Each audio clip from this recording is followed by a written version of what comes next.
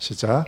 두아디라 교회의 사자에게 편지하라. 그 눈이 불꽃 같고 그 발이 빛난 주석과 같은 하나님의 아들이 이르시되, 내가 내 사업과 사랑과 믿음과 섬김과 인내를 아노니 내 나중 행위가 처음 것보다 많도다.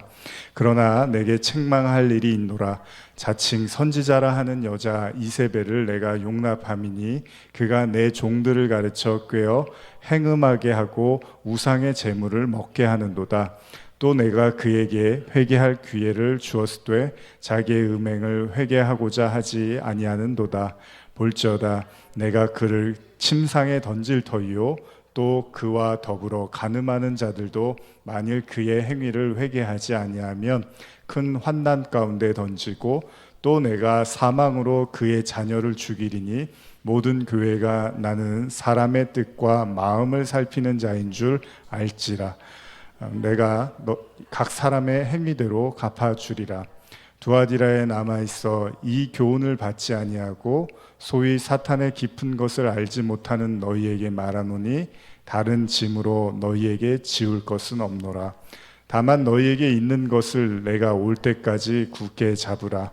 이기는 자와 끝까지 내 일을 지키는 그에게 만국을 다스리는 권세를 주리니 그가 철장을 가지고 그들을 다스려 질그릇 깨트리는 것과 같이 하리라. 나도 내 아버지께 받은 것이 그러하니라. 내가 또 그에게 새벽별을 주리라. 귀 있는 자는 성령이 교회들에게 하시는 말씀을 들을지어다. 오늘 본문이 좀 많은데요, 이걸 다 하기에는 좀 어려울 것 같습니다. 그래서 내용도 좀 많고 다루고자 하는 내용이 조금 여러분들과 제가 한 번 정도 생각해 봐야 될 좀 중요한 내용일 수도 있습니다. 그래서 오늘 들으시면서 단순하게 우리가 그동안에 니골라당이라든지 발람이라든지 또 이세벨 다 간음이라든지 행음 그리고 우상숭배 다 같은 내용을 담고 있습니다. 그런데 오늘은 좀 다른 각도에서 제가 말씀을 준비했거든요. 그래서 함께 좀 나누시고, 이 내용들을 다 제가 하지 못하면 다음 주에 걸쳐서 또 말씀을 나누고자 합니다. 어쨌든 오늘도 여러분들 가운데 하나님의 그 은혜가 있기를 간절히 원합니다.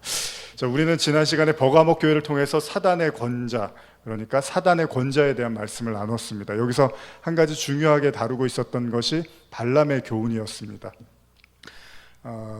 발람의 교훈에 대해서 제가 지난주에 말씀을 다 나누지 못한 부분들이 있어서 오늘 그 발람의 교훈과 아울러서 이세벨 이야기를 좀 함께 나누도록 하고자 합니다. 그래서 다시 한번 우리 요한계시록 2장 12절 15절을 다시 한번 읽겠습니다. 시작. 그러나 내게 두어 가지 책망할 것이 있나니 거기 내게 발람의 교훈을 지키는 자들이 있도다. 발람이 발락을 가르쳐 이스라엘 자손 앞에 걸림돌을 놓아 우상의 제물을 먹게 하였고 또 행음하게 하였느니라. 이와 같이 내게도 니골라당의 교훈을 지키는 자들이 있도다. 니골라당 이미 나눴고요. 이제 발람도 사실 지난주에 조금은 나눴습니다. 근데 오늘 조금 더 깊이 나누고자 하는데, 본문이 읽은 것처럼 버가목 교회와 두아디아 교회에 반복해서 등장하는 것이 우상의 제물하고 행음이었습니다. 이게 지금 계속 반복해서 나오고 있는데요. 그렇다면 지금 이것은 지금까지 계속 나누었던 니골라당이라든지 발람의 교훈 그리고 이세벨 다 마찬가지 이야기를 지금 성경이 계속 반복하고 있어요. 그래서 오늘 발람의 교훈을 통해서 좀 말씀을 그 각도에서 보려고 하는데요. 자, 이스라엘 백성들이 가나안 땅을 향해서 나가면서 광야 생활 속에서 여러 족속들과의 전쟁을 하게 되죠. 그런데 이때 발락이라는 사람, 그러니까 발람 말고요, 발락이라는 사람이 등장하는데, 이 발락은 누구냐 하면 이스라엘 백성들이 전쟁을 치르던 그런 여러 족속들 중에 하나인, 그러니까 모압이라는 곳의 왕이 바로 발락이었습니다. 아시는 분들은 잘 아실 거예요. 모압이라는 것은 롯이 큰 딸에게서 낳은 아들, 그러니까 롯의 아들의 후손이 형성한 백성, 그러니까 롯의 아들의 후손이 거주한 땅을 가리키는데요. 여기를 이제 모압이라고 하는데, 민수기 이제 말씀을 통해서 발람 이야기가 등장을 합니다. 제가 한번 읽어드릴게요. 민수기 22장 1절에서 4절인데요. 이스라엘 자손이 또 길을 떠나 모압 평지에 진을 쳤으니 요단 건너편 곧 여리고 맞은편이더라. 십볼의 아들 발락이 이스라엘이 아모리인에게 행한 모든 일을 보았으므로 모압이 심히 두려워하였으니 이스라엘 백성이 많음으로 말미암아 모압이 이스라엘 자손 때문에 번민하더라.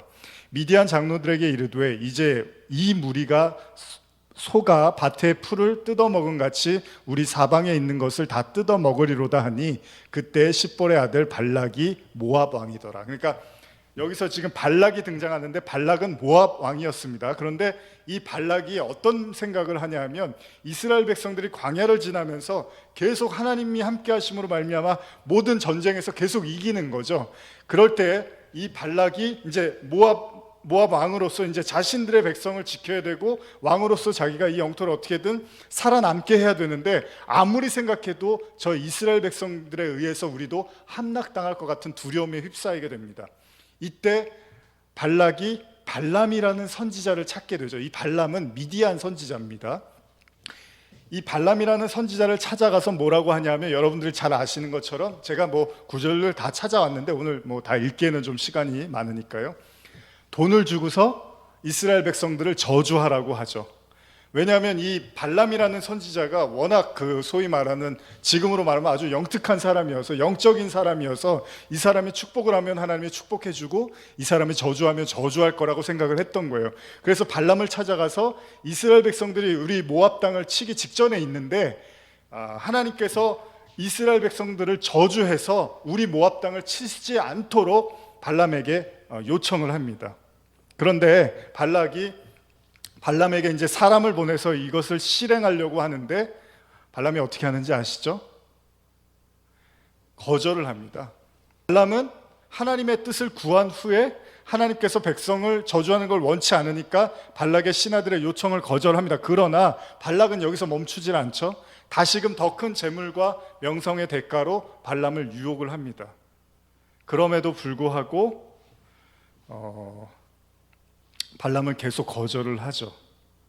그런데 여기 말씀을 가만히 보면요, 22장 15절 민수기 22장 15절에 보면 발락이 다시 그들보다 더 높은 고관들을 더 많이 보내매 그들이 발람에게로 나아가서 그에게 이르되 십볼의 아들 발락의 말씀에 청하건대 아무 것에도 거리끼지 말고 내게로 오라. 내가 그대를 높여 크게 존귀하게 하고 그대가 내게 말하는 것은 무엇이든지 시행하리니 청하건대 와서 나를 위하여 이 백성을 저주하라. 이렇게 요청을 하죠. 그런데 민수기 22장 20절에 밤에 하나님이 발람에게 임하여 이르시되 그 사람들이 너를 부르러 왔거든 일어나 함께 가라. 그러나 내가 내게 이르는 말만 준행할지니라. 하나님이 이렇게 말씀하십니다. 자, 지금까지 제가 드렸던 말씀은 발람은 발락의 요구를 거절합니다. 첫 번째는. 그리고 두 번째도 거절하려고 해요. 그런데 하나님께서 발람에게 나타나서 이번에는 그 사람들이 너를 부르러 왔으면 쫓아가라고 말씀을 하세요. 근데 그 다음에 여러분들이 아시는 얘기죠. 발람이 나귀의 안장을 얹고 그 모압의 지도자들과 함께 발락을 만나러 가려고 하죠. 그때 갑자기 나귀가 멈춰서서 가지를 않습니다. 이때 발람이 화가 나서 왜 도대체 네가 이러는가 막 이러면서 나귀에게 채찍질을 막 하죠. 그런데도 불구하고 움직이지를 않는 거예요. 그러면서 나중에는 나귀가 그냥 주저앉아 버립니다. 그랬더니 발람이 또 화가 나서 아니 내가 주인인데 주인이 가자는 대로 가야지 너가 어떻게 이렇게 가만히 있을 수 있어 그러면서 지팡이로 나귀를 막 때립니다. 그때 민수기 22장 28절인데요. 제가 현대어로 읽어드릴게요. 그때 여호와께서 나귀의 입을 여시고 사람의 말을 하게 하셨다. 나귀가 발람에게 소리쳤다. 도대체 내가 어떻게 하였다고 이처럼 3번씩이나 나를 때리십니까? 내가 나를 이렇게 바보 취급하지 않았느냐? 내 손에 칼만 있었다면 너를 당장 베어버리고 말았을 것이다 하고 발람이 말하였다. 나는 일세 동안 주인님이 타고 다니던 나귀가 아닙니까? 이제껏 지금처럼 마구 날뛴 적이 한 번이라도 있었습니까? 하고 나귀가 볼멘 소리를 하였다. 없었지 하고 발람이 대답했다. 그제야 여호와께서 발람의 눈을 밝게 해주셨다. 발람은 칼을 빼어들고 서 있는 여호와의 심부름꾼을 보고 깜짝 놀라 머리를 숙이며 땅에 엎드렸다. 여호와의 심부름꾼이 발람에게 말하였다. 어쩌자고 이렇게 나귀를 3번씩이나 후려치느냐. 나는 내 길을 막으려고 이렇게 나섰다. 내가 가지 말아야 할 길을 가고 있기 때문이다.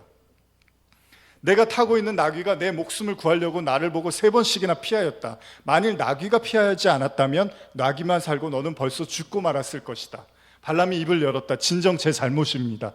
당신께서 길을 막고 서 계신 것을 미처 몰랐습니다. 이 몸이 이 길을 가는 것을 당신께서 좋지 않게 여기신다면 지금이라도 당장 발길을 돌이켜 집으로 돌아가겠습니다. 그러자 여호와의 심부름꾼이 발람에게 일렀다. 가거라, 저 사람들과 함께 길을 떠나거라. 하지만 내가 내게 이르는 대로 말하여라. 그래서 발람은 그 모압 사람들과 함께 길을 떠나였다. 제가 왜 이 본문을 여러분들한테 읽어드리냐면요, 발람은요 하나님의 말씀을 어기지 않았습니다. 하나님이 저주하지 말라 그래서 저주하지 않았고요, 그리고 하나님이 아침에 일어나서 모압 왕 발락을 찾아가라고, 보낸 신하들과 함께 찾아가라고 해서 아침에 일어나서 나귀를 타고 가려고 했어요. 하나님이 가라고 했어요. 하나님이. 그런데 하나님이 갑자기 당나귀를 막아서고 하나님의 사자가 못 가게 했다는 거죠. 그래서 나귀가 그걸 보고서 멈췄던 거잖아요. 그러니까 당연히 발람이 화가 나서 나귀를 막 친 거예요. 여러분, 이상하지 않습니까? 하나님이 가라 그래 놓고서 가니까 하나님이 막고서 발람을 죽이려고 하신단 말이에요.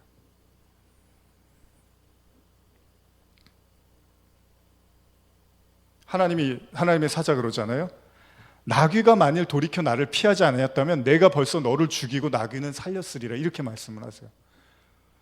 그러면 이게 도대체 뭐냐는 거예요. 하나님이 왜 발람에게 이런 행동을 하셨냐는 거예요. 시험하셨을까요? 속으로는 하나님이 안 갔으면 하는데 발람이 가니까 화가 나갖고 복수를 하신 건가요? 나중에도 여러분, 발람은 저주하지 않습니다. 3차례 발락의 요구를 계속 요구를 했지만 발람은 저주를 하지 않습니다. 매수를 당하지 않아요. 그런데도 성경은 발람에 대해서 뭐라고 말하는 줄 아십니까? 베드로후서 2장 15절 16절인데요 제가 읽어드릴게요. 그들이 바른 길을 떠나 미혹되어 부올의 아들 발람의 길을 따르는도다. 그는 불의의 삭슬 사랑하다가 자기의 불법으로 말미암아 책망을 받되 말하지 못하는 나귀가 사람의 소리로 말하여 이 선지자의 미친 행동을 저지하였느니라. 사실 발람이 저주하고 돈을 받았고 이런 내용이 성경에 기록이 안 돼 있어요. 근데 베드로가 이 얘기를 가지고 돈을 사랑해서, 불의의 삭슬 사랑해서 불법을 저질렀다고 베드로가 이야기를 한단 말이에요. 뭐가 문제냐는 거죠. 근데 이런 비슷한 게 성경에 또 있습니다. 그러니까 하나님이 가라 그래 놓고 막상 가니까 죽이려고 했던, 기억나시나요? 혹시 어떤 구절인지? 모세 이야기에 이 이야기가 등장을 하죠. 출애굽기 4장 19절 이하인데요, 한번 혹시 성경 있으신 분들 같이 찾아볼까요? 출애굽기 4장 19절입니다. 출애굽기 4장 19절에서 26절까지인데요 성경 있으신 분들은 같이 저하고 천천히 한번 읽어보겠습니다. 시작. 여호와께서 미디안에서 모세에게 이르시되 애굽으로 돌아가라. 내 목숨을 노리던 자가 다 죽었느니라. 모세가 그의 아내와 아들들을 나귀에 태우고 애굽으로 돌아가는데 모세가 하나님의 지팡이를 손에 잡았더라. 여호와께서 모세에게 이르시되 내가 애굽으로 돌아가거든 내가 내 손에 준 이적을 바로 앞에서 다 행하라. 그러나 내가 그의 마음을 완악하게 한즉 그가 백성을 보내주지 아니하리니. 여기까지만 잠깐 읽겠습니다. 하나님이 애굽에 가서 이스라엘 백성들을 끌어오라고 말씀을 하십니다. 자, 그러면서 22절 이하 또 읽어보겠습니다. 시작. 너는 바로에게 이르기를 여호와의 말씀에 이스라엘은 내 아들 내 장자라.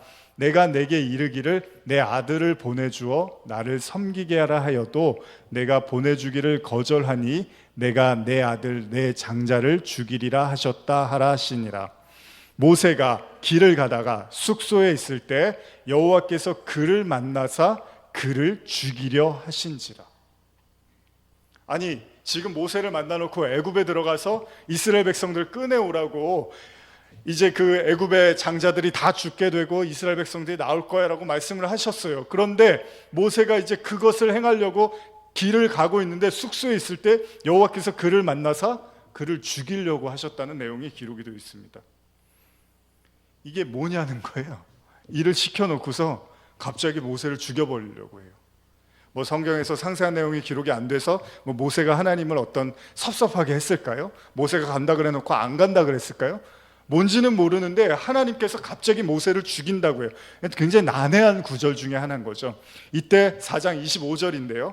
십보라가 돌칼을 가져다가 그의 아들의 포피를 베어 그의 발에 갖다 대며 이르되 당신은 참으로 내게 피난편이로다 하니 여호와께서 그를 놓아 주시니라. 그때 십보라가 피난편이라 함은 할례 때문이었더라. 여러분, 주석을 보면요, 이 내용에 대해서 뭐라고 이야기를 하고 있냐면, 쉽게 제가 설명을 좀 함축해서 이거 오늘 내용들을 좀 제가 가급적 축약해서 다 하려고 하는데요. 쉽게 말씀드리면은 이거예요. 십보라라는 그 아내가, 모세의 아내가 그 미디안에 있었던 여인인데, 그러다 보니까 그 할례에 대한 하나님의 그 규칙에 대해서 별로 신뢰를 하지 않고 별로 중요시 여기지 않았던 거예요.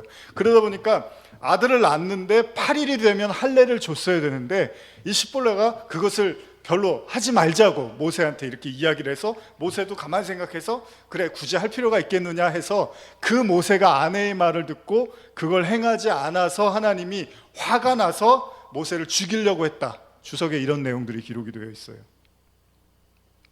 이것이 바로 모세가 하나님을 우습게 보고 하나님에 대한 적대 관계를 이루는 행위를 했다라고 보는 견해가 있다는 거예요.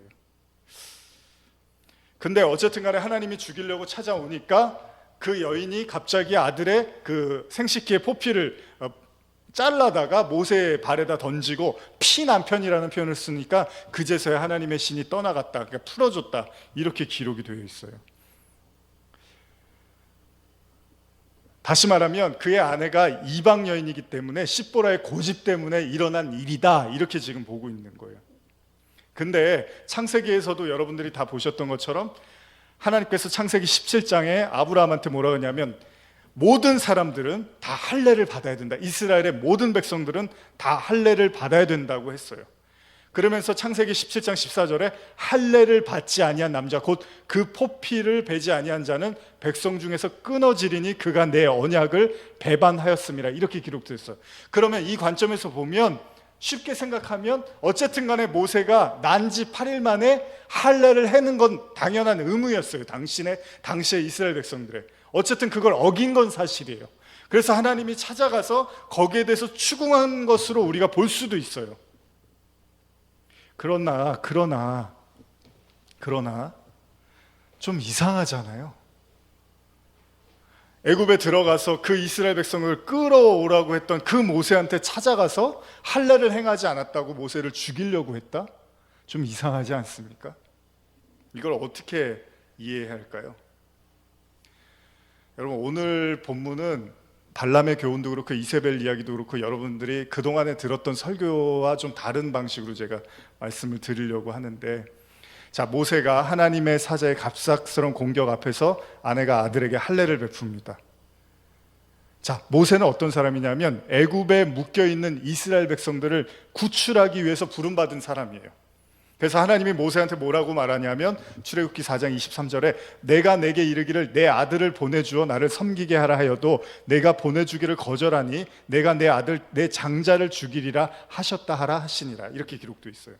그러니까 바로가 하나님의 백성, 즉 하나님의 아들을 풀어주라고 명령을 해도 절대 바로는 풀어주지 않을 것이고, 그러므로 인해서 바로의 아들들, 즉 애굽에 있는 모든 장자들은 다 죽게 되고 그제서야 이스라엘 백성들이 나올 거라고, 이런 얘기를 하나님께서 모세에게 했습니다. 그런데 우리가 아는 것처럼 이스라엘 백성들이 애굽에서 나오게 된 심판의 날, 결국 죽음을 면하게 된 게 뭐죠? 이스라엘 백성들이 그 하나님의 심판이 임했을 때, 장자의 죽음이라는 심판이 임했을 때 이스라엘 백성들이 어떻게 살아나죠? 집의 문설주에 어린 양의 피를 바른 그 집은 살아나는 거잖아요. 그래서 이스라엘 백성들은 살아나고 애굽의 장자들은 다 죽게 됩니다.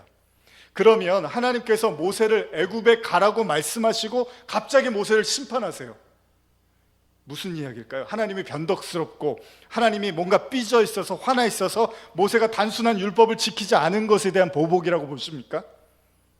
아니면 모세가 아직도 깨닫지 못한 구원의 섭리, 다시 말하면 할례라는 건 여러분, 유대인들이 지금까지도 할례만큼은 지켜야 된다고 성경 신약에서도 그 논쟁과 싸움이 있었잖아요. 할례는요 엄청난 의미를 담고 있는 거예요, 유대인들한테는. 그런데 모세가 그 이스라엘 백성들을 구출해내려고 가는 그 모세가 아직 할례의 의미가 뭔지를 모르고 있는 거예요. 그러니까 자기 아들을 낳는데도 8일이 지났는데 할례를 안 해도 된다고 생각을 했거나 아니면 깜빡했거나 어쨌든 간에 할례에 대한 중요성을 몰랐던 거예요. 그래서 하나님이 나타나서 할례를 가리키는데 창세기 17장 17절 아까 읽었죠? 할례를 받지 않는 자는 백성 중에서 끊어진다고 해요. 그리고 언약을 배반했다고까지 하나님이 말씀을 하세요. 할례의 근본적 이유는 뭘까요? 여러분, 할례 왜 받는 건 줄 아십니까? 할례는요 죽어야 되는 어린 양, 그러니까 아까 그 십보라가 피난 편이라 그러죠. 무슨 얘기냐면 아들들은, 이 땅의 하나님의 백성, 하나님의 자녀들, 아들들은 뭘로 구원받냐 하면 아들의 피로 구원받는다는 거예요. 어린 양의 피, 예수 그리스도의 피로 자녀들이 구원받는다는 얘기를 하고 있는 거죠. 그러니까 모세는 여전히 그 애굽에 들어가서 자기가 해야 될 일이 뭐냐면 이스라엘 백성을 끌어내와야 되는데 이게 두렵고 떨리고 믿어지지 않는 거예요. 왜냐하면 모세는요 이미 오래전에 애굽에서 도망쳐 나온 사람입니다. 그러니까 애굽에 들어가면 자기를 죽일 사람들이 너무나 널려 있는 거예요. 그러니까 두렵고 떨리는 마음에서 아마 들어가고 싶지 않은 마음도 있었을 거예요. 그래서 출애굽기 4장 13절에 그 위에 뭐라고 하냐면 모세가 하나님한테 뭐라 그럽니까? 주여 보낼 만한 자를 보내소서, 이런 얘기를 해요. 무슨 얘기냐면 아직 모세가 구원에 대한 정리가 되지 않았다는 거예요. 그러니까 하나님이 거대한 어떤 이스라엘 백성들의 구원을 모세에게 맡기긴 했지만 모세는 그것이 어떻게 나를 통해서 이루어지는지에 대해서 잘 인지를 하고 있지는 못했던 거예요. 그래서 하나님이 계속 설득하잖아요. 네가 이렇게 할 거야, 이렇게 할 거야, 하나님이 이렇게 하실 거야, 계속 말을 해요. 그런데 모세가 하나님에 대한 신뢰를 할 수가 없었던 거예요.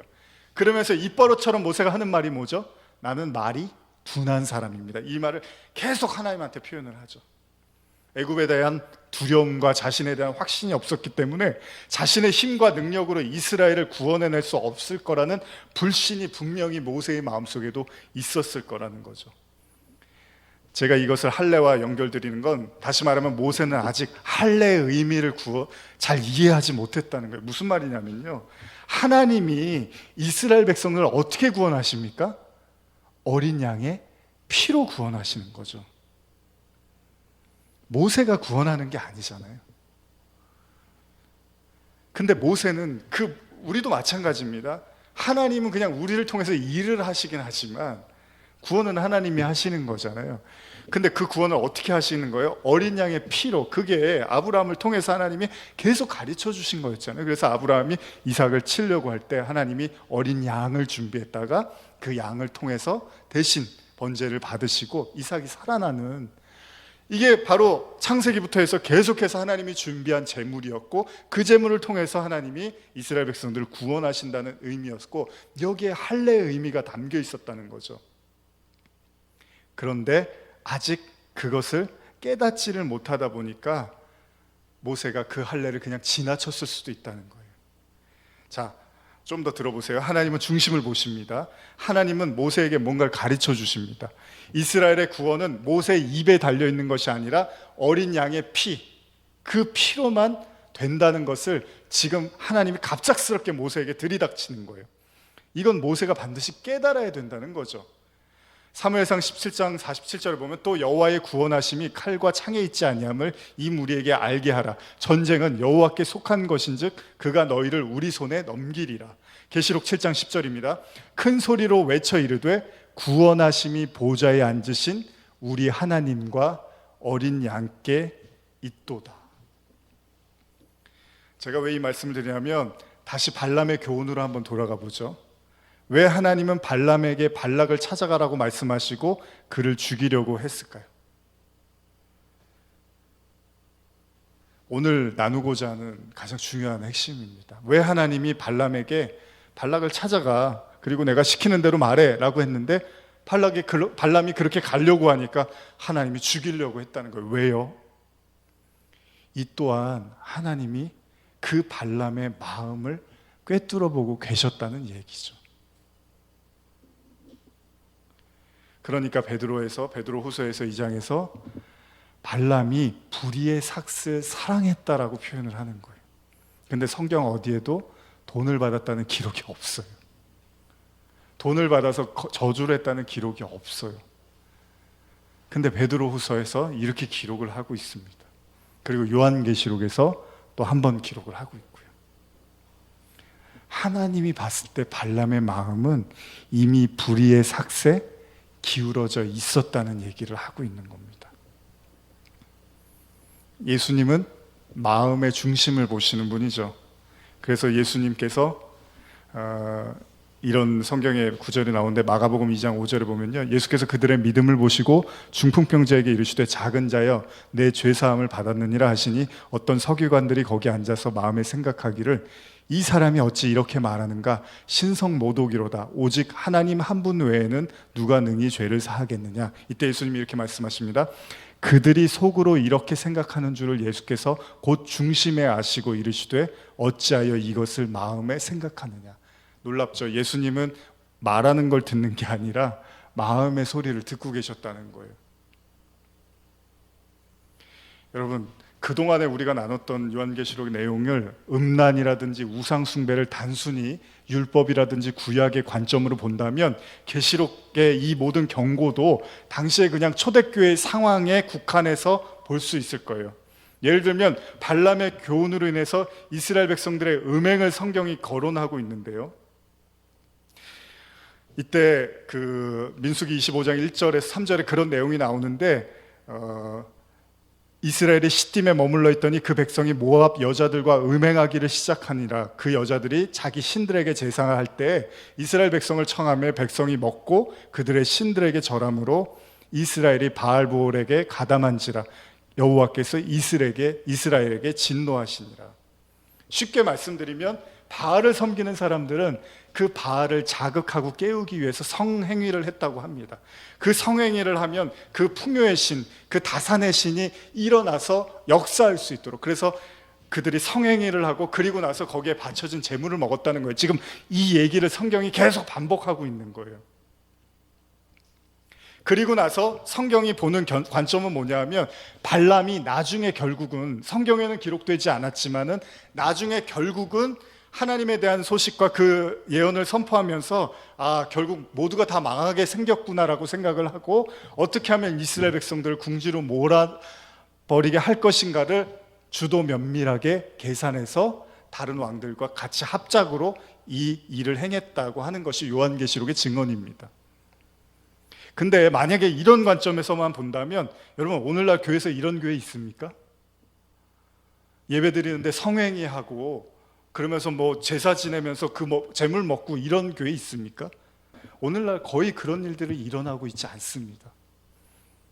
그럼 우리는 우상 숭배와 음란이라는 이 죄악을 그냥 몇몇 교회 안에서 좀 그런 방탕하고 타락한 사람들의 몫으로 돌리고 하나님은 계시록을 그 사람들을 위해서 써준 책으로 이해해야 되냐는 거죠. 이전에 모세의 경우 그가 할례를 받지 않은 죄로 인해서 죽임을 당할 뻔했는데 오늘날 우리는 할례를 안 하고 있습니다. 그렇죠? 모세가 할례를 안 해서 하나님이 죽이려고 했다면 오늘날에도 그 할례를 행하지 않으면 죽여야 되는데 그게 아니잖아요. 그러면 지금 계시록을 우리가 어떻게 봐야 되냐는 거예요, 이 이야기들을. 그러면 이것은 2000년 전에 버가모, 서머나 에베소 그냥 그 교회들의 그냥 상황들을 역사적으로 하나님이 배우라고 우리에게 주신 책이냐? 그건 아니잖아요. 근데 지금 그런 일들이 우리 안에서 일어나는 게 아니잖아요. 이런 현실적인 이야기로 접근을 한다면. 근데 무서운 게 있어요, 여러분. 구약에서는 반드시 할례를 받아야만 했지만 신약으로 넘어오면서 뭐라고 하죠? 바울이 로마서 2장 28절인데 무릇 표면적 유대인이 아니요 표면적 육신의 할례가 아니니라. 오직 이면적 유대인이며 할례는 마음에 할지니 영에 있고 율법 조문에 있지 아니한 것이라. 그 칭찬이 사람에게서가 아니요 다만 하나님에게서. 이게 더 어려운 얘기죠. 뭐냐 하면 할례를 옛날에는 그냥 육신에다가 하면 끝났는데 지금 신약에 넘어와서는 예수님 그리고 바울을 통해서 할례는 마음에서 하는 거야 라고 이야기를 하는 거예요. 그러면 발람의 교훈의 문제가 뭡니까? 발람은 돈 받았거나 저주한 기록이 없어요. 그런데 베드로가 발람은 불의의 삭슬 사랑했다고 하는 거예요. 그러면 그 마음을 하나님은 얘기하고 있는 거네요. 그럼 발람의 교훈은 우리의 마음을 언급하고 있는 걸 수도 있다라는 거죠. 단지 우리가 음행을 안 했고 우리가 단지 어떤 우상의 재물을 먹었느냐 안 먹었느냐 이 문제를 얘기하는 게 아니라 마음의 문제를 언급하고 있을 수 있다는 거죠. 그래서 우리말로 제가 한 번 더 읽어드릴게요. 로마서 2장 28절. 겉으로 유대 사람이라고 해서 참 유대 사람이 아니고 몸에 받은 할례가 참 할례가 아닙니다. 오히려 속 사람이 유대 사람이라야 참 유대 사람이며 문자화된 율법에 의해서가 아니라 성령으로 마음에 받은 할례가 참 할례입니다. 그 칭찬은 사람에게서가 아니라 하나님에게서 옵니다. 여러분, 구약의 표면적인 할례는 신약으로 넘어오면서 마음의 할례로 훨씬 더 깊은 의미로 우리에게 말씀하고 있습니다. 발람 역시도 직접적으로 이스라엘을 저주하진 않았습니다. 그러나 그가 불의의 삭슬 사랑한 그 마음을 하나님은 꿰뚫어 보고 계셨다는 거예요. 그것은 난지 8일 되는 아들의 생식기를 표피를 자르는 것, 이것이 할례잖아요. 그런데 생식기의 표피를 자른다는 것은 어떤 의미냐면 육신적인 생명의 생산을 자른다는 거예요. 그게 무슨 말이냐면 남자들은 씨를 가지고 있잖아요. 그런데 그 할례의 의미는 그 씨를 더 이상 퍼뜨리지 않는, 그러니까 쉽게 말하면 나의 생명은 죽은 겁니다. 나의 생명은 하나님께로만 오는 겁니다라는 걸 하나님께 고백하는 것을 위해서 난지 8일 만에 할례를 받았다는 거예요. 다시 말하면 하나님만 생명입니다라는 고백이었다라는 거죠, 할례가. 그러면 영적 이스라엘, 바로 그들이 영적 이스라엘이 되는 거예요. 나의 육신은 아무것도 아닙니다. 하나님이 주신 생명이 전부입니다라고 고백할 수 있는 자들.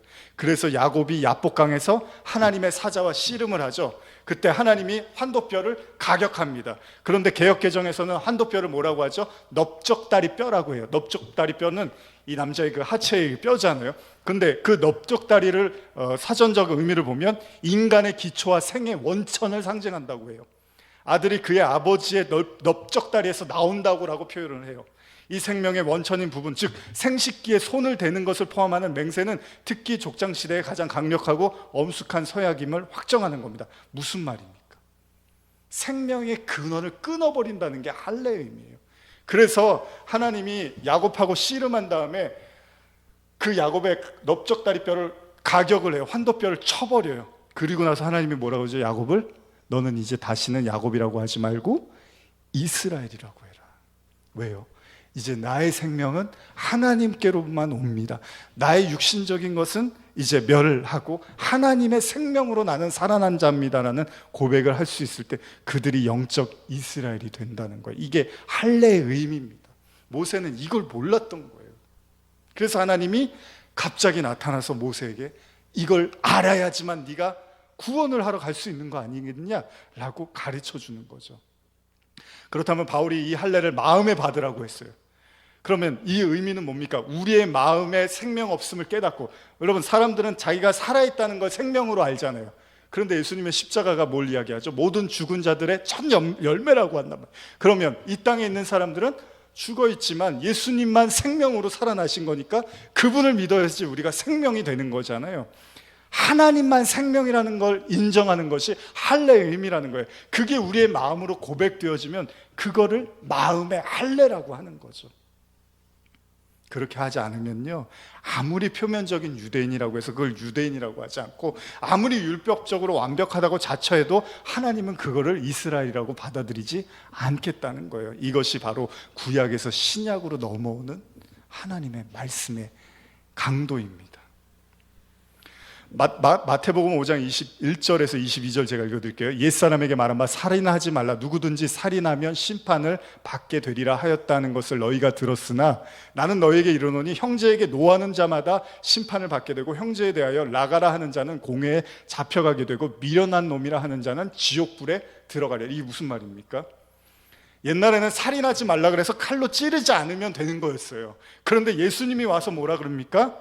형제들한테 화를 내고 바보라고 하면 지옥불에 들어간다고 얘기를 해요. 여러분, 말씀의 강도가 완전히 달라졌어요. 마태복음 5장 27절 28절입니다. 또 간음하지 말라 하였다는 것을 너희가 들었으나 나는 너희에게 이르노니 음욕을 품고 여자를 보는 자마다 이미 간음하였느니라. 여자는 남자를 보면 다 똑같겠죠. 간음이 단지 결혼한 생활에서 다른 남자나 여자를 만난 게 아니라, 구약은 그렇게 이해했잖아요. 그래서 간음하다 현장에 붙잡힌 여인을 돌로 쳐 죽이려고 했어요. 그런데 예수님은 그렇게 얘기 안 합니다. 마음에 음욕을 품고 여자를 보는 자마다 이미 간음했느니라. 여기서 자유로울 수 있는 사람이 몇이나, 이거는 몇이나 있으라고 한 얘기가 아니라 없다는 얘기를 하시는 거예요, 지금 예수님은. 그럼 모두가 다 간음한 사람이 되는 거죠. 요한일서 3장 15절입니다. 그 형제를 미워하는 자마다 뭐죠? 살인한 자니. 살인하는 자마다 영생이 그 속에 거하지 아니하는 것을 너희가 아는 바라. 마음의 문제를 언급하고 있는 거죠. 구약에는 단지 행위로 하지 않으면 되는 거였어요. 근데 신약은 마음으로만 품어도 죄라고 말하는 거죠.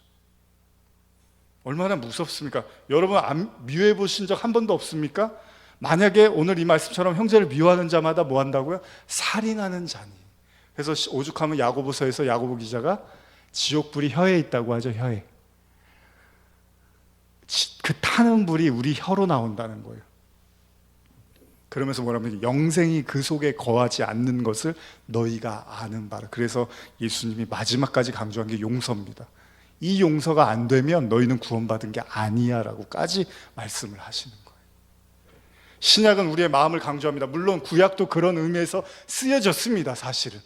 그러나 우리의 죄악의 눈은 그것을 발견하지는 못하는 거예요. 그렇다면 오늘 본문에 나오는 이세벨 역시도 우리는 이런 내면적 관점에서 이해해야 된다는 거죠. 이세벨은 아합 왕의 왕비였습니다. 엉터리 왕 아합 왕의 왕비였습니다. 이스라엘의 왕. 아합 왕은 이스라엘 왕으로서 그는 시돈 왕 옜바알의 딸 이세벨과 결혼하여 이스라엘의 바알 숭배를 들어오게 했습니다. 이세벨은 자신이 섬기던 바알과 아세라 목상에게 경배하도록 이스라엘에게 퍼뜨린 자입니다. 바알 즉 풍요의 신을 깨우기 위한 하나의 방식으로 그들은 신전에서 음행을 자행하고 재물을 먹었습니다. 만약 우리가 여기까지만 생각하고 아까처럼 제가 말씀드린 거예요.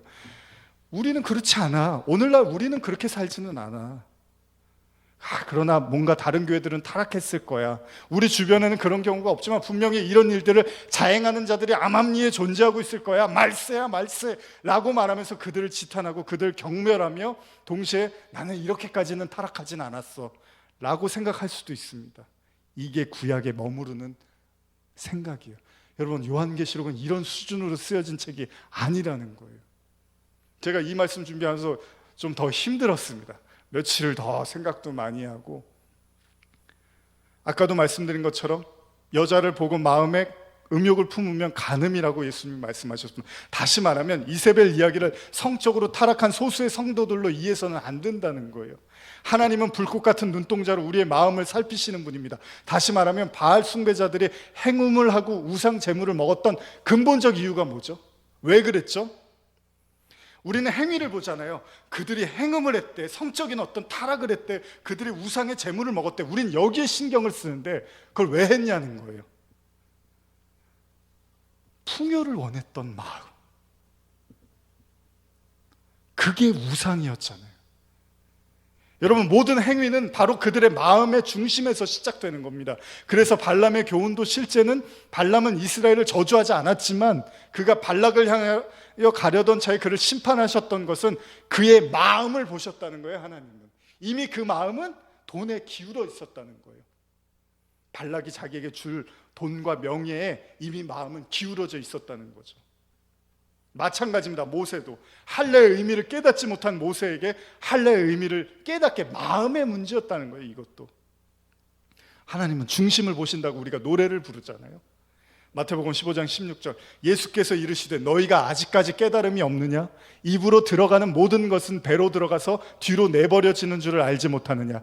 입에서 나오는 것들은 마음에서 나오느니 이것이야말로 사람을 더럽게 하느니라. 마음에서 나오는 것은 악한 생각과 살인과 간음과 음란과 도둑질과 거짓 증언과 비방이니 이런 것들이 사람을 더럽게 하는 것이요 씻지 않는 손으로 먹는 것은 사람을 더럽게 하지 못하느니라. 오늘 우리가 계시록을 나누면서 이 단어의 의미를 하나하나 더 볼 수도 있고 이 역사적 환경적 상황을 살피는 것도 중요합니다. 그러나 하나님이 왜 이 말씀을 우리에게 주셨는지 그 진짜 의미를 파악하지 못하면 별 의미가 없는 거예요. 계시록 설교도. 만일 이런 본문도 여전히 율법적인 시각으로 바라보면 타락했어, 성적인 문란 이루고만 있으면 우리가 마음의 할례, 즉 내면적인 거듭남의 중요성을 망각하고 계시록을 읽고 있다면 우리는 오히려 이 계시록이 우리를 더 망칠 수 있다는 거예요. 왜?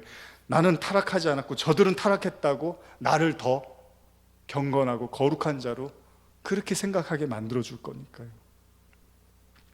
그래서 고린도후서 3장 12절에 이렇게 기록돼요. 우리 이거 한번 같이 찾아보실까요? 고린도후서 3장 12절에서 15절입니다. 아주 빨리빨리 해갖고 거의 이제 마무리가 됐습니다. 고린도후서 3장 12절에서 15절입니다. 시작. 우리가 이 같은 소망이 있으므로 담대히 말하노니 우리는 모세가 이스라엘 자손들에게 장차 없어질 것의 결국을 주목하지 못하게 하려고 수건을 그 얼굴에 쓴 것 같이 아니하노라. 그러나 그들의 마음이 완고하여 오늘까지도 구약을 읽을 때 그 수건이 벗겨지지 아니하고 있으니 그 수건은 그리스도 안에서 없어질 것이라. 오늘까지 모세의 글을 읽을 때 수건이 그 마음을 덮었도다. 오늘 말씀이 어떻게 이해가 좀 되시나요? 제가 현대어로 이 본문을 한 번 더 읽어드릴게요. 수건으로 가리운 것은 14절입니다. 수건으로 가리운 것은 모세의 얼굴만이 아닙니다. 이스라엘 사람들의 마음도 수건으로 가리워져 있습니다. 그리고 지금까지도 유대인들의 마음과 생각에는 두꺼운 수건이 씌워져 있는 것과 같이 보입니다. 성경을 읽어도 그 참뜻을 알지도 깨닫지도 못하기 때문입니다. 이 수건은 그리스도를 믿어야만 벗겨질 수 있습니다. 그렇습니다. 오늘까지도 그들은 모세의 글을 읽을 때 마음이 꽉 닫혀 있어 십계명을 지키는 것만이 구원의 길이라고 믿고 있습니다. 요한계시록을 우리가 저와 여러분들이 볼 때 이 수건이 열리지 않고 여전히 이 수건이 덮여진 우리의 눈으로 그 계시록을 읽고 있으면 우리는 그 계시록의 진짜 의미를 놓칠 수 있다는 거죠. 무슨 말씀을 드리고 싶냐면 16절 이하를 먼저 읽어드릴게요. 그러나 언제든지 주께로 돌아가면 그 수건이 벗겨지리라. 주는 영이시니 주의 영이 계신 곳에는 자유가 있느니라. 18절 우리 같이 읽어볼까요? 고린도후서 3장 18절입니다. 시작. 우리가 다 수건을 벗은 얼굴로 거울을 보는 것 같이 주의 영광을 보매 그와 같은 형상으로 변화하여 영광에서 영광에 이르니 곧 주의 영으로 말미암음이라. 여러분, 계시록이 처음에 어떻게 쓰여지죠? 주의 성령에 감동되어 쓰여지죠. 결국은 하나님의 성령이 아니고는 우리는 계시록을 제대로 이해할 수 없는 거잖아요. 그러니까 저와 여러분들이 기도하고 또 하나님의 그 은혜를 구하면서 이 책을 보는 가장 중요한 이유는 정말 하나님이 계시록을 통해서 이 땅에 우리에게 무엇을 말씀하시고자 하는지 그 참 의미를 깨닫고자 하는 거잖아요. 그러나 여전히 우리가 그 수건이 가려진 그 모세의 율법으로 이 계시록조차도 그렇게 이해해버리면 우리는 진짜 그 영적인 의미를 파악하기 어려울 수 있다는 거죠. 제가 오늘 말씀드리고 싶은 건 뭐냐면요, 하나님은 단순히 우리의 행위와 시대적 정세와 흐름에 포커스를 맞추고 있는 게 아니라 여러분과 제 마음에 포커스를 맞추고 있다는 거예요. 왜냐하면 회개라는 건 회개해라 회개해라 회개해라 그러잖아요. 회개는 어디에서 시작되는 거죠? 우리 마음에서 시작되는 거잖아요. 그래서 주님께서 두아디라 교회에서 이렇게 말씀하시는 거죠. 제가 읽을게요. 21절에서 23절인데요. 또 내가 그에게 회개할 기회를 주었을 때 자기의 음행을 회개하고자 하지 아니하는도다. 볼지어다 내가 그를 침상에 던질 터이요 또 그와 더불어 간음하는 자들도 만일 그의 행위를 회개하지 아니하면 큰 환난 가운데 던지고 또 내가 사망으로 그의 자녀를 죽이리니. 23절이 중요하죠. 모든 교회가 나는 사람의 뜻과 마음을 살피는 자인 줄 알지니라. 내가 너희 각 사람의 행위대로 갚아주리라. 제가 지금까지 설교했던 내용이 이 23절에 들어가 있습니다. 한 번 더 읽어볼까요? 23절입니다. 계시록 2장 23절입니다. 시작. 또 내가 사망으로 그의 자녀를 죽이리니 모든 교회가 나는 사람의 뜻과 마음을 살피는 자인 줄 알지라. 내가 너희 각 사람의 행위대로 갚아주리라. 이세벨 이야기를 이렇게 끝내고 있는 거죠, 성경이. 그러니까 이세벨을 언급한 건 단지 음행을 하고 우상의 재물을 먹었다, 여기에서 끝난 게 아닙니다. 발람의 교훈도 마찬가지고요. 하나님은 우리의 마음을 완전히 뒤엎어버리겠다는 이야기를 하시는 거죠. 그런데 이 말씀을 우리가 그렇게 행위로서 단지 몇 가지 잘못된 그런 모습으로서만 이해하려고 한다면 절대 우리는 그 계시록의 깊은 의미를 깨달을 수 없다라는 이야기를 하는 거죠. 여러분, 하나님은 오늘 지금 이 순간에도 우리 마음을 보고 계십니다. 그리고 그 마음을 하나님은 정결하게, 거룩하게, 그리고 신실하게 그리스도의 영으로 채우고자 하십니다. 모든 복음은 거기에 초점을 맞추고 있습니다. 그걸 마음의 할례라고 하는 거죠. 지금 여러분과 제가 가지고 있는 이 마음을 하나님은 성령으로 새롭게 하시겠다고 말씀하십니다. 만약 그 마음을 그냥 그대로 우리가 보존하고 있으면 그것이 바로 이세벨이고, 그것이 사단의 권자가 될 수 있는 것이고, 그것이 바로 니골라당의 교훈을 지키는, 십자가를 거절하는 바로 사단의 회당이라고 일컬었던 자칭 유대인들이 될 수 있는 거죠. 그러나 여러분과 제가 이 마음을 하나님께 드리고, 이 상하고 부서지고 깨진 마음을 하나님께 드리고, 하나님의 그 새 마음으로 날마다 새로워지기를 간절히 구할 때, 우리는 그 계시록에 회개하라는 메시지가 저와 여러분들의 말씀, 구원이 될 수 있는 거죠. 오늘 그 새 마음을 날마다 하나님께 구하는 여러분들 되시기를 간절히 소원합니다. 기도하시겠습니다.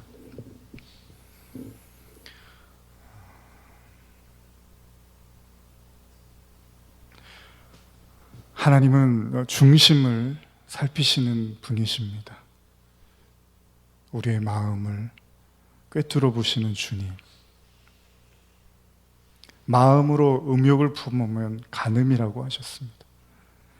마음으로 미워하면 살인이라고 하셨습니다. 주님,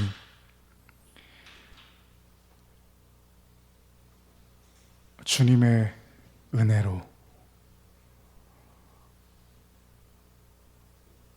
그 모세의 율법의 수건을 벗어 던지고 그리스도로 인한 그 자유와 그 은혜를 누릴 수 있도록 주님 우리와 함께하여 주시옵소서. 감사드립니다. 예수님의 이름으로 기도드립니다. 아멘.